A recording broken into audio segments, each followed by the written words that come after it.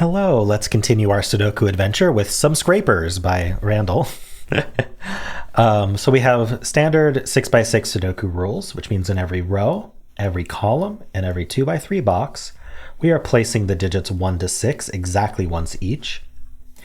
Additionally, we have the sum scraper constraint. This is similar to skyscrapers. It's kind of a variant of skyscrapers. So if you're familiar with skyscrapers, it's the same, except the clue outside the grid is instead of being the count of the number of skyscrapers you see, it is the sum. So that is the difference. But I will go over that carefully for anyone who does not know the constraint. So how do these work? Well, let's just pick one, like this 9 here. So the digit in the grid represents the height of a building. So let's say this was a 4. That means that there's a building of height 4 here. And if you kind of think without perspective, if you kind of think about buildings blocking your view, so let's say we're standing on this 9, what are the buildings we see? Well, let me actually just fill, let's do this. Let's do this actually. Okay, so standing on this 9, I see the 4. I definitely see the 4 because you always see the building that's right in front of your face. But the 4 is tall enough and it blocks the 1, 2, and 3. So the 1, 2, and 3 are never going to be seen because the 4 blocks them. Then the next thing we see is the 5 because it's taller than the 4. Again, we don't care about perspective. And then the 6 is not blocked by the 5. So we see 4, 5, and 6. And so this clue is the sum of the ones seen. So right now this sums to 15, which does not match 9. So this is not the answer. But you basically think of yourself as standing on the clue. If you want, you can be a little bit more abstract and not think about buildings and just say you only count the digits that are larger than the than all of the previous digits. So the 4 is obviously larger than all the previous because there are no previous. The 5 is bigger than the 1 and the 4. The 6 is bigger than the 1, 2, 4, 5. So you can think about it that way as well. But we're doing the sum, so remember that. Obviously, it wouldn't be count because we've got like 15s and 9s and 11s in the grid. But anyway, those are the rules. There's a link in the description if you'd like to try the puzzle yourself. And I'm going to get started right now. Right, it's tempting to start here, but I think I see a couple clues that are forced. And I think a couple little tricks to skyscrapers in general, and some scrapers aren't immune, is you always see the 6. The 6 is the largest building. You're always going to see it. Nothing can block it. So our sum is at least 6, right? But you also always see the first digit because there's nothing before it to block it. So if you always see the first digit and you always see the 6, then our sum is going to be at least the first digit plus 6. So how do we do this one? Well, this one needs to be a 6 so that it is also the first digit. So we get our first digit here. This has to be a 6. I'm going to actually mark this as done by putting a little X on there. If you don't know how to do that, you can enable the pen tool in the settings. It's the very first top setting.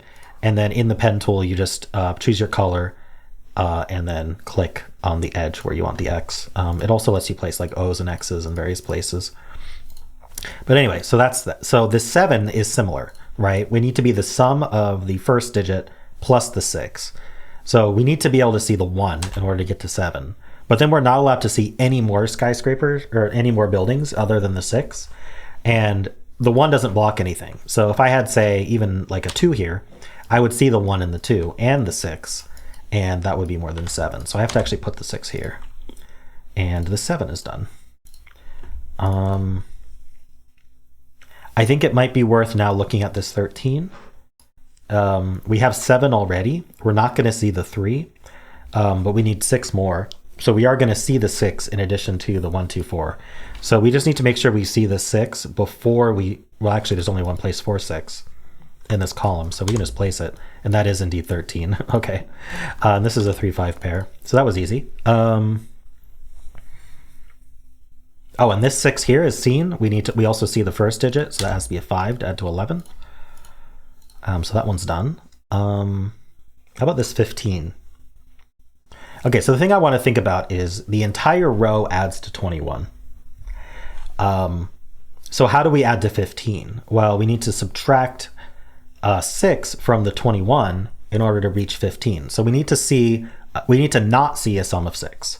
We're already not seeing a sum of 5. So we need to just not see the 1. And then the other ones need to be in order. Okay, so we need 2, 3, 4 to be seen, which adds to 9, plus 6, that is 15. So 2, 3, and 4 are seen. So the 2 here, the 3 here, and the 4 here. And then the 1 just needs to be after the 2. So this has to be the 2. Otherwise, we would see the 1. And this can't be the 4 because there's a 4 in the box. So this has to be the 4. So we're going 2, 3, 4, 1. I think that's the only way it's going to work. I think we proved that. So that 15's done. Let's do some Sudoku. So in this, we have a pair in here, 2, 3. Okay, we have these two ones looking up, so that's a 1. So this is a pair. This is 2, 4. So that's a 3. That's a 2. The 15. We're not going to see this 1, 3 because there's a 4 before it in this pair. So we're seeing, this is seeing either 4 or 6, exactly 4 or exactly 6. And then we can get another 5, we can get another 6 or 11. 6 plus 6 is only 12, so we need to get another 11. So this is 5, 6. That's 11. That we have to see only the 4 now, so that's how that resolves. Hopefully that made sense. I don't know if that made sense, but I think it was logically sound. If the 5, 6 were out of order, we would have only been able to add 6 to whatever this could contribute, which can contribute up to 6, so it would only get to 12, which isn't big enough. That was kind of my point. Hopefully that made sense this time. This is 1, 5, 6. This can be only the 5 because of the 1, 6 here. There's a 1, 6 pair here. Okay, this 11 doesn't have the 5. Oh no, okay, yeah, sorry. It doesn't have the 5 for, actually, let's fill these two first. 2, 4, okay, we get the 4 and the 2.